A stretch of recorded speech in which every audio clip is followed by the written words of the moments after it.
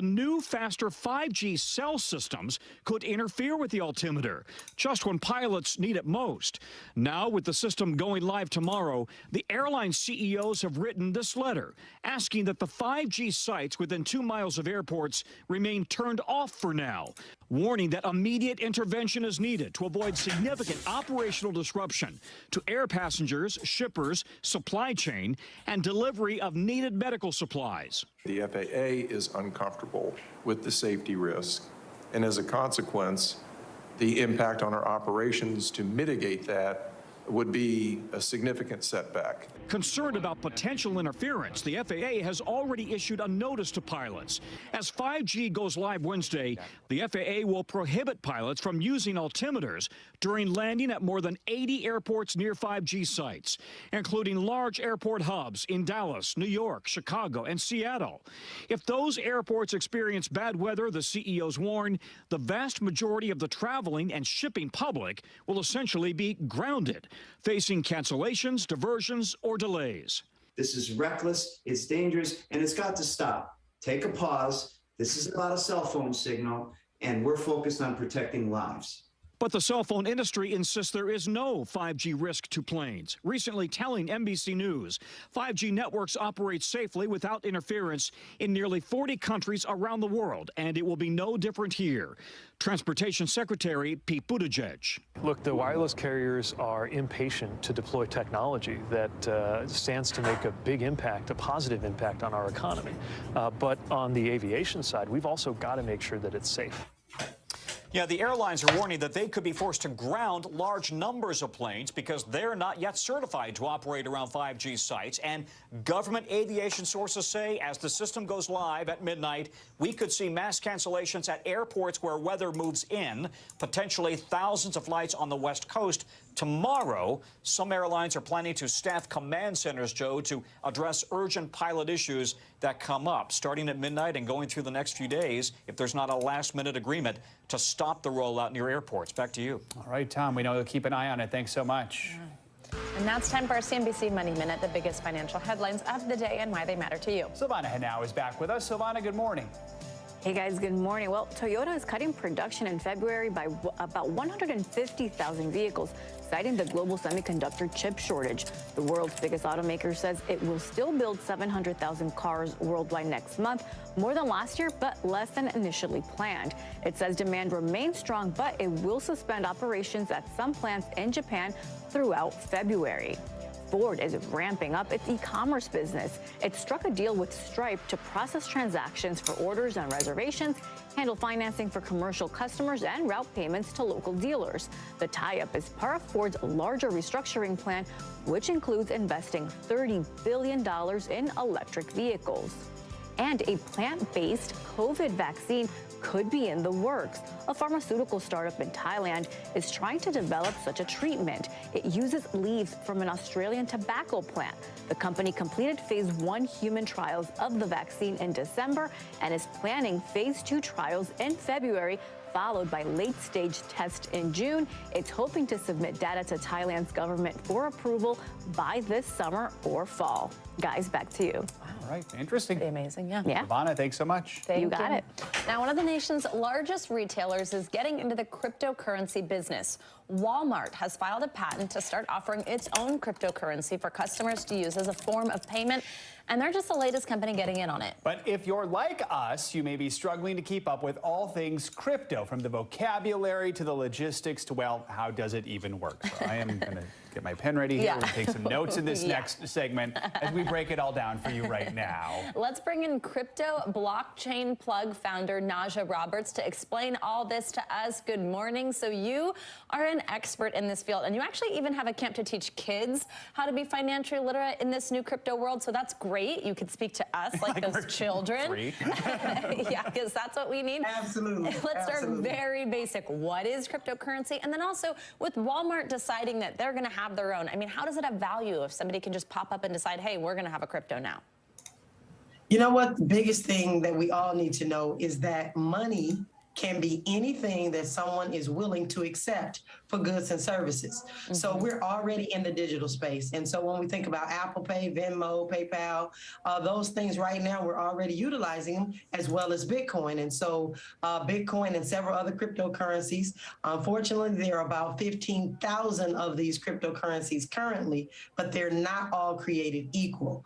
And so as we look at Walmart coming on the scene, I think Walmart really realized that they have a massive amount of individuals that would actually utilize their coin if they brought it on. And it's going to really be something that actually helps their company. I think at the onset, they're jumping on to something that's a hot topic, and that's going to get them the publicity that they need to do some other things. I just think in the interim, we got to watch Walmart and see what they're actually planning on rolling out. But one thing that cryptocurrency has to have is velocity. That means a group of users that are agreeing to utilize it. And I think actually Walmart may have a lot of clients, and this is going to be very interesting. Walmart could have velocity. All right, let's talk about some more vocabulary. We hear the word blockchain a lot when we talk about cryptocurrency. I would assume that was a Tetris term. It's not. So what does blockchain mean, and why is that such an essential part of this? So let me just keep it as simple as possible. Great. We all know what a database is. Blockchain is a sophisticated database. So a block database, you put information there, you store the information, you can alter the information, and you can delete it if you need to. Well, with blockchain, you can only do two things. You place the information there, it cannot be altered or deleted if it's on a decentralized blockchain, because there are several different blockchains. But the beginning of this was just about decentralization, where no one was able to alter or change the code that was written in there. And so it allowed it to be utilized by everyone can turn on the computer. It was meant for transparency. It was also meant to make sure that some of the things that are happening right now in regular databases could not be manipulated. And so blockchain is the technology that Bitcoin sits on. So if I can help you understand your cell phone, you got finished talking about cell phones. Your cell phone works without any apps whatsoever. So your cell phone would kind of be the blockchain, and Bitcoin would be an app on the blockchain. Bitcoin cannot work without the blockchain, just like an app can't work without a cell phone. And so that kind of helps you understand that it's all about technology. So even though, those of us that are very, very happy about Bitcoin, we understand that it's about technology and money at the same time. So it's an absolutely incredible invention. So that analogy there did just help me. That clicked at least a little bit. A dim light went off. But okay, let me ask you just something to go back to Walmart really quickly. I think hopefully will be illustrative of the whole confusion that I have, at least. So if you are a Walmart customer, I'm assuming you have to purchase Walmart crypto to have it? You can't just have something that's suddenly valuable to them. And then why would you go through that process rather than just buying whatever it is you're going to buy from Walmart with your credit card? Well, I think what Walmart is actually doing is positioning themselves early. So we don't know where this digital space is headed. And so I think ultimately they're just trying to get ready so, they can already be in place. But it's just like any other rewards programs. Right now, if you take a look at Pepsi on the back of a potato chip bag, there's actually Pepcoin. And nobody really talks about that. And I think several companies, as I stated, are going to really get themselves in position when cryptocurrency is actually mainstream and there's some mainstream adoption. Naja Roberts, this was incredibly helpful. I have a feeling we're going to be having you back because we have a few more questions that we don't have time for right now. And thank you for talking to us like the kids in your camp. That's what we've been looking for. Appreciate it. All right. Take care. You. Coming up, some good news and some bad news from the cosmos. Yeah, bad news first. An asteroid that's twice the size of the Empire State Building is set to whiz past Earth this weekend. The good news is there is no chance of an impending apocalypse. Otherwise, that might have been our lead. We're going to tell you how you can witness this latest celestial flyby next.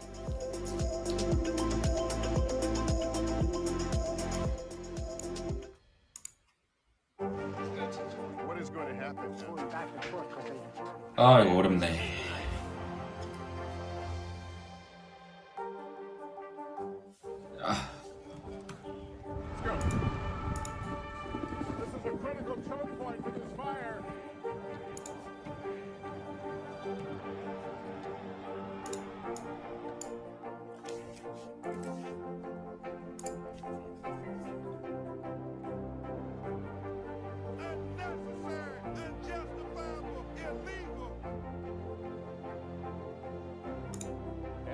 returning from New Orleans' late military operation, witnessing the massive crowds. I admire you both. Nice to really spend some time with you. Appreciate it.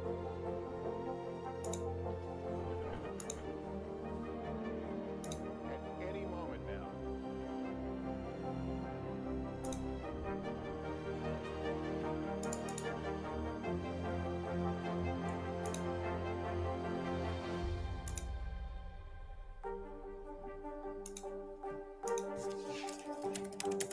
Our week-long journey across America from Washington, D.C., outside of our nation's capital, you rarely see. It's your last one.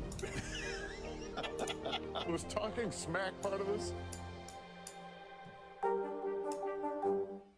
This is a very different kind of program. We're here to start conversation about the big things happening in our world. Professor, I'm not asking you to predict the future, but what do we think that the new normal is going to be? Is part of this that everyone's rethinking their jobs during this pandemic and their relationship to their employers? What is your biggest tip for any parent who's concerned about this? It's not my job to tell you what to think. My job is to think about what you tell me. Now tonight with 여보 보여? streaming weeknights at 8 on NBC News Now.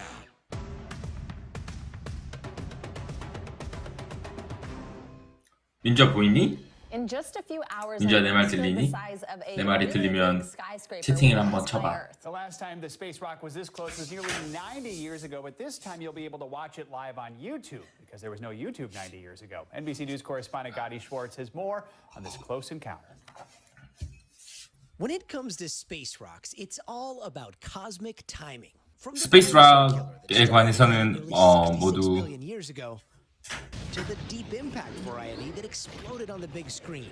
Lucky for us, today's asteroid is going to pass by Earth. And incredibly, a backyard telescope could allow you to catch a glimpse as it zooms by at more than 43,000 miles an hour. And if you don't have one, there's 33,000마일/아워를 지금 측정이 가능하고 이게 실제고 오고 있다. 넷플릭스에서 Don't Look Up 실제 천체 과학학자가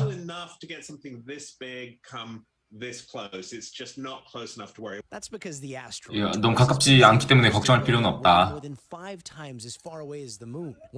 현재 거의 문 거리, 달의 거리보다 5배 지금 멀리 있으니까 걱정 안 해도 된다는 소리고. You guys discovered a comet? That's so dope. I have a tattoo of a shooting 니네가 star on my back. 진짜 아스트로이드를 발견했냐? 진짜 쩐다. 걱정하지 마. 저 해성에 대해서 우리를 보호할 수 있는 능력 그런 거 걱정할 필요가 없다. 진짜 문제는 우리가 보지 못하는 거. 2013년에 실제 파이어볼이 러시아에 떨어졌던 것들. 박테리아까지도 생존하지 못할 거다라고 영화 광고에서 말하고 있네요.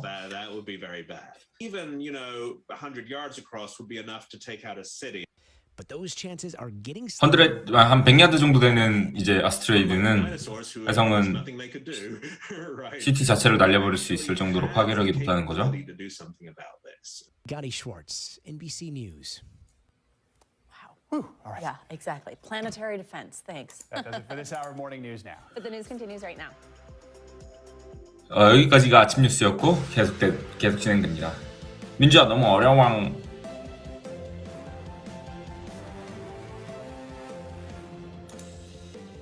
Good morning, I'm Joe Fryer. And I'm Savannah Sellers. Right now on Morning News Now, progress and setbacks in the fight against COVID.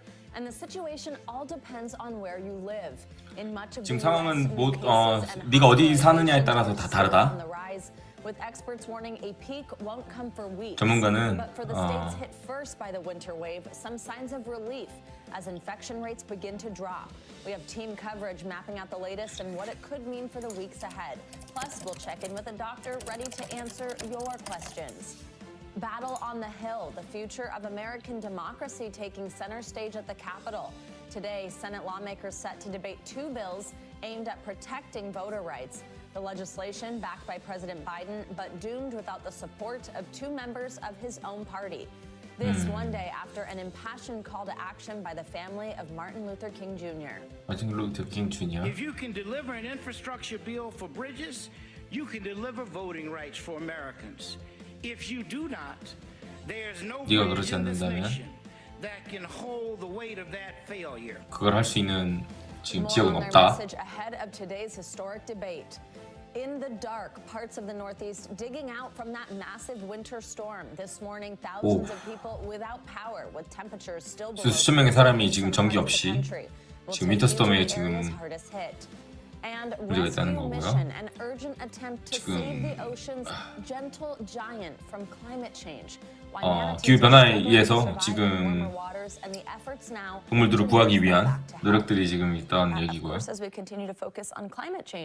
기후 변화에 대해서 한번 포커스를 맞춰서 한번 얘기를 해봅시다. Yes, we will. All right, we begin now with the latest on the pandemic. This morning, NBC News has confirmed there have now been more than 66 million COVID cases in the U.S. 66 밀리언이니까 6,600만. 지금 코비드 케이스가 지금 늘고 있다.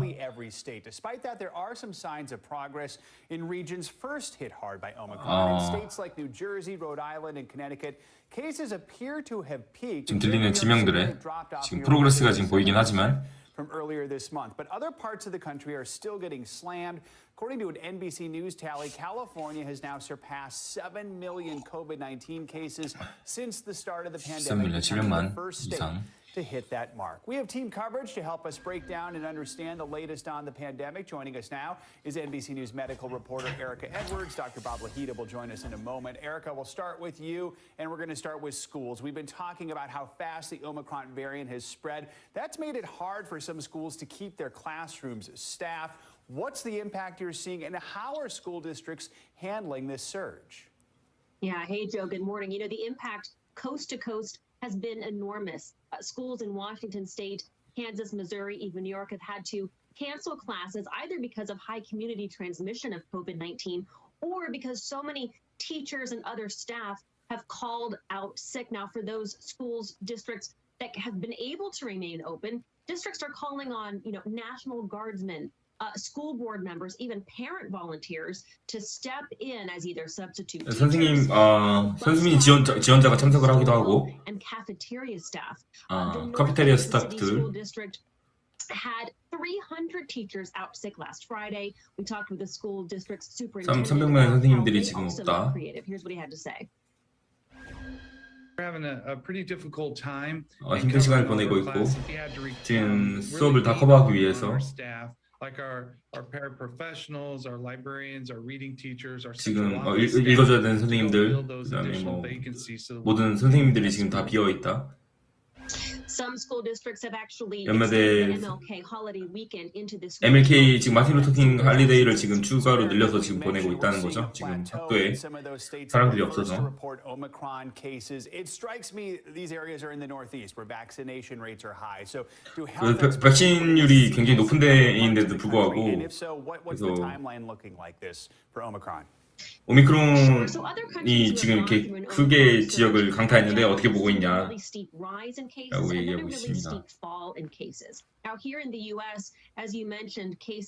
네가 말했듯이 케이스가 북동 쪽에 지금 플로리다 cases are rising in so many other parts of the country. Experts say it's 지금 많이 늘고 있고요. before we could possibly see any kind of national plateau. And looking forward, some health experts are suggesting Omicron 플라토까지 올라가는 것을 기대하고 있다. Endemic stage. So remind us, what is that the endemic stage, and what are you hearing from health experts about? 엔드 스테이지는 도대체 어디에 있는 건지 어떻게 보고 있는지를 물어보고 있습니다. 코비드-19는 계속 진화하고 있고. 지금 널리 퍼지고 있고 지금 모든 걸 다 파괴하고 있고 닥터 앤토니 파우치가 말하는 걸 한번 들어봅시다.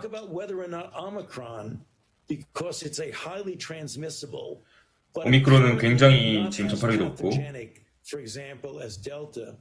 델타 같지 않고 But that would only be the case if we don't get another variant that eludes the immune response to the prior variant. It is an open question as to whether or not Omicron is going to be the live virus vaccination that everyone is hoping for. Joe, right now, more than 98% of COVID-19 cases 98% here in the 이상의 US are the 코로나 Omicron 케이스는 variant. Back to you. 98% 이상이 코로나 케이스가 지금 오미크론 바이러스 케이스라는 거죠. Dr. Bob Lahita, he's a professor at the Hackensack Meridian Medical School and the director of autoimmune and rheumatic diseases at St. 굉장히 Joseph's Health. Also the author 유명한 of 의사입니다. Immunity Strong. Dr. Lahita, great to have you with us. So let's start with your response right there to what we just heard from Dr. Fauci about whether Omicron will bring an end to the pandemic. Is this an endemic? What's your take? 일단 닥터 파우치가 이제 오미크론이 마지막으로 끝날 엔드 스테이지라고 얘기했던 거에 대해서 어떻게 생각하냐고 물어보고 있죠. 802,000 케이스면 20,000죠? 그러니까 82만 명씩 늘어난다는 건가, 미국이 지금? 엄청나네. 지금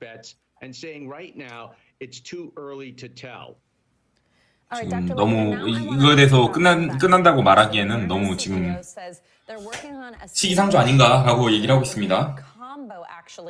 Of a COVID-19 booster shot and a flu shot. So if that's approved, what do you think about that? Is that safe? I know some people are hesitant to combine those two. Some people 이 지금 파이자하고 모더나 막 이런 거 섞어서 맞는 걸 맞는 걸 어떻게 생각하냐? What impact could it have if it were to roll out? It would really be an amazing development simply because the messenger RNA technology will be used now for influenza. And in addition, Moderna is talking about putting in messenger RNA for other respiratory viruses like respiratory syncytial virus. 호흡기 계통에 있는 바이러스 계통. A major cause of disability and cold going forward, particularly in the winter time. So this combo vaccine is extremely safe. I tell all 이런 콤보 백신은 굉장히 안전하고 무조건 받기를 원하고 플루샷도 받고 꼭 받아야만 하고. Or the second shot. Or they don't get it at all, which is not good in the winter months. So this is a major advance, and it's extremely safe, Savannah. 굉장히 안전하다라고 얘기하고 있습니다. From you, Dr. Bob, we've been doing this where we've been asking our viewers to send in questions since we get to talk to experts like you every day. So we have Troy who's saying, I had shot number 1 and number 2. How long should I wait before I get the booster shot? 부스터샷 지금 이미 백신을 첫 번째, 두 번째 샷을 받았고 부스터샷을 받기 전까지 어떻게 해야 되냐? 나는 코비드 19에 걸린 적이 없다. Having not had the virus yet, what do you think about that 6 months period? 6개월 안에 맞아야 되는 거에 대해서 어떻게 생각을 하냐? 라고 물어보고 있습니다.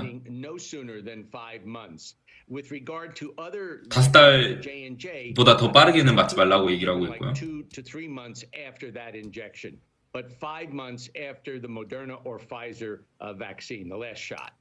모더나하고 파이자를 맞고 나서 5달 이후에 맞는 것을 추천한다고 하네요.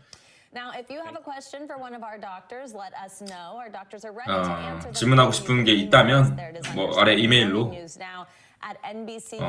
네임하고 CT 퀘스천을 써서 보내라 라고 얘기를 하고 있습니다. On Capitol Hill, the Senate is preparing to debate 2 key voting rights bills. It's legislation that's critical to President Biden's legislative agenda this year with the midterms approaching. Right now, the future is unclear for the Freedom to Vote Act and the John Lewis Voting Rights Advancement Act. Both bills were passed by the House yesterday. But in the Senate, Democrats Joe Manchin and Kyrsten Sinema have already said they will not support changing the filibuster rules so Democrats can pass the bills with a simple majority. And without that change, the bills just don't have enough votes to get through the Senate. This debate comes just one day after the country honored the memory of Martin Luther King Jr. His children led a march through Washington demanding that Congress pass the 2 bills. Among the speakers, his son, Martin Luther King III. Mr. President, Senator Manchin, Senator Sinema, members of the Senate, pass the Freedom to Vote John R. Lewis Act now. If you can deliver an infrastructure bill for bridges, you can deliver voting rights for Americans. If you do not, there's no bridge in this nation that can hold the weight of that failure. Let's bring in NBC News Capitol Hill correspondent Leanne Caldwell and NBC News White House correspondent Mike Memley to help us preview this debate and what's at stake. So, Leanne, we'll start with you in the standoff in the Democratic Party. First of all, any indication Senators Manchin and Sinema, and it'd have to be both, have changed their minds at the last minute? And if not, then why are Democrats forcing this showdown? Hey, Joe. Well, there's no indication. Senators Manchin and Senator Sinema have been extremely clear, not only in their most recent statements last week, but in the previous weeks and previous months as well, that they will not get rid of the 60-vote threshold to pass legislation in the Senate in order to pass this voting rights legislation, despite attempts by their colleagues to try to convince them, despite attempts by Martin Luther King III, who I have seen in the hallways of Capitol Hill multiple times over the past few weeks, talking to senators, trying to convince them to do it. So ultimately, this is moving forward with the party divided. It's rare that a Senate majority leader will show divisions among their party, but this is the choice Senator Schumer has to make. He's getting a lot of pressure from progressive groups, from civil rights groups, and he's promised that he would do this. And so it looks like my sources say that he's going to move forward, even if that shows a party divided and that draws the attention on a divided party, and not that Republicans are opposed to this, Joe. So, Mike, no one has more influence than the president. Is President Biden doing anything now behind the scenes to try and rally his party ahead of this? Well, Joe, if the question is about what he's doing behind the scenes, the answer is, frankly, not that much. We saw the president return to Washington last night after the long weekend in Wilmington, Delaware. He spent a part of the weekend with his chief of staff planning ahead, looking ahead to his State of the Union address coming up in March. We haven't really seen any indication from the White House of further conversations between the president, Senator Manchin, Senator Sinema, since those three spoke at the White House on Thursday night. The readout from the White House then was that the conversation was respectful and cordial, which is really diplomatic speak for difficult, and no one was really moved by the conversation. So what we saw yesterday publicly was both the president and the vice president using the Martin Luther King holiday to really keep up the urgency on this. Vice President Harris telling reporters that she was not going to absolve any of the 100 senators, trying to broaden the focus to include the Republicans who oppose these voting reform changes. And the president really calling this a moment of choosing. This is now about public pressure campaign that Democrats want to keep up through the midterm elections to try to rally their base. So, Leanne, despite what the vice president thinks Republicans are going to see this as a win, what are you expecting to see and hear from the GOP during this debate today? Yeah, we might see some Republican senators come to the floor and debate this, but also we might not. They know that they are united in their opposition against this legislation. We know that this is going to be another difficult week for Democrats because the attention will be on them and their inability to pass this legislation. And so while Republicans have, especially Senate Minority Leader Mitch McConnell, has put a lot of effort in making this very difficult for Democrats by continuing to pressure Senators Manchin and Sinema to stay on the side of the filibuster. He and Republicans know that this is going to be much more difficult for Democrats, while Republicans are very confident that their base and their supporters are supporting their effort to completely oppose this, Joe. So, Mike, we're just days away from the start of President Biden's second year in office. These two bills are at the top of his agenda. Just a moment ago, we saw the map that shows all the states that have passed their voting changes. So if he does not pass federal voting rights legislation during his term, what does that mean for the president moving forward? Well, we can expect to hear the president and other White House officials try to keep the pressure up on the states where some of these voting laws are being passed specifically. But we're also going to see the White House really try to churn the page. They're going to move on to executive orders that we expect the president to be issuing on criminal justice reform, another stalled priority. And we have some new reporting today as well, my colleagues Carol Lee, Kristen Welker, and myself, about the attempt by the White House to now turn in year two more towards the American people and less towards lawmakers in Congress. The White House really feels that the president has spent and been bogged down too much with the sausage making here in Washington. And as we head into a campaign year, they want to spend more time talking directly to the American people. It's sort of a typical pivot that we hear at this point, especially when a president has his agenda stalled. But it's something that the White House is really beginning to sketch out behind the scenes, Joe. Mike Memoli, Leanne Caldwell, thank you so much for both your reporting. Appreciate it. Now, Americans across the Northeast are digging out this morning after that massive winter storm pummeled the region with snow, ice, and heavy winds. Tens of thousands remain without power, and roads are dangerous in many areas as the effects of the storm are still being felt up and down the East Coast. NBC News correspondent Emily Aketa joins us now from Pittsburgh. Hi, Emily. Good morning. Good morning to you. Well, schools in Buffalo and here in Pittsburgh have been closed for the day, and you can see why. Some roads still slick with ice and snow. Cities up and down the East Coast this morning are recovering from the year's first major winter wallop, and experts say it won't be the last. This morning, more fallout after a massive winter storm pummeled the majority of the country. Shovels and snowplows put to work as many head back to work. But the roadways proving difficult for even emergency crews to handle. This is a major recovery. When you've got trucks hanging over the highway. Driving conditions up and down the coast, treacherous. Crashes and spinouts piling up on roadways. In North Carolina, the storm taking a deadly turn. 2 killed after a car veered off the interstate. And injuries in Virginia, where State Patrol responded to 1,000 crashes and disabled cars on Sunday alone. More mayhem anticipated today. After temperatures plummeted overnight, officials are again warning of icy roads. The holiday weekend, a travel headache. At the airport in Buffalo, a record-breaking 16 inches, almost doubling the previous record. Across the country Monday, more than 5,000 flights were canceled or delayed. So it has been crazy, really bad.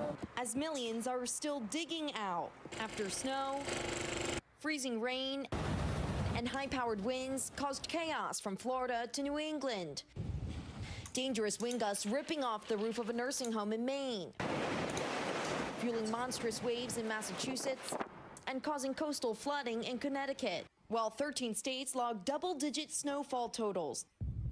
The winter weather beatdown dumping at least 20 inches in parts of Ohio, New York, Pennsylvania, and North Carolina, where heavy snow is being blamed for collapsing a college dorm's roof. The cold weather wallop hanging on in what is looking to be a long winter. And this morning, we're thankfully seeing some relief from the wind and snowfall, but for some areas, that won't be for too long. Forecasters warn a deep freeze could be returning to the East Coast later this week. Guys, talk about a 1-2 punch. Yeah, really. Ooh, and Emily, thank you for being out there for us. Stay warm. And let's get a check on your morning news now. Weather with NBC News meteorologist Michelle Grossman. She joins us now with the latest on that bitter cold hitting the Northeast. Hey, Michelle, good morning. Hey there, guys. Yeah, it is cold this morning. We also have winds in place, so it's feeling colder than it is, but much quieter compared to yesterday before we see another storm system move in. But right now, we're looking at Northeast radar. Buffalo saw 17 inches of snow in one day. That broke a record for the month of January. And they're seeing some lake effect snow this morning, but it's going to be on the lighter side, not expecting huge accumulations there. We're going to see some snow in the upper Great Lakes. We could see over a foot in some spots. Otherwise, we are relatively quiet in terms of any precipitation today in the Northeast. It's all about the cold air in place, and it's windy, so we're seeing winds gusting over 25 miles per hour at times. Montauk 32 mile per hour, and then you combine that with the cold air, and it's making it feel really frigid out there. We're also looking at the potential for some icy spots this morning, so as you head out, please be careful. 18 degrees right now in Burlington. It feels like 5. Above freezing in Baltimore, but it feels like 28 degrees. It feels like 23 in Richmond, and it feels like just 11 degrees in Beckley. So as we go throughout the afternoon, we're not going to go very far. You want to wear the layers as you head out this morning. Temperatures mainly in the teens around the Great Lakes, 10 degrees in Watertown. It's going to feel like 0, and 14 in Burlington. So this is the main story today, that northeast chill. But if we go to the middle of the country, we are 10 to 25 degrees above normal for this time of year. So 60 degrees today in Grand Isle, 53 in Denver, and 64 in Tulsa. That's 15 degrees above normal. Unfortunately, it's not going to last very long. You see that jet stream dipping to the south. That's sort of like a door just opening, allowing this cold air from Canada to come in. So here comes the cold once again. Tomorrow, it's only going to be 1 degree in Bismarck. It's going to feel like 23. It's going to be 23 degrees below what is typical for this time of year. 5 degrees tomorrow in Minneapolis and 12 degrees in Madison. Now, that's all going to shift to the east. So once again, we're back into the deep freeze in Rochester Thursday, Friday, Saturday. We're into the teens, and then finally 24 degrees on Saturday. But you know what? This cold air is going to set the stage for the potential for another nor'easter on Saturday. But let's talk temperatures. 35 Thursday in New York, 23 on Friday. Now, this is what we're looking at here today. We're looking at some snow along the upper Great Lakes. So that's going to be the major precipitation maker as we head throughout the day. So the Clipper system moves through. That's going to reinforce some cold air. Snow from North Dakota to Michigan. This is going to slide off to the north and east. But look what happens tomorrow.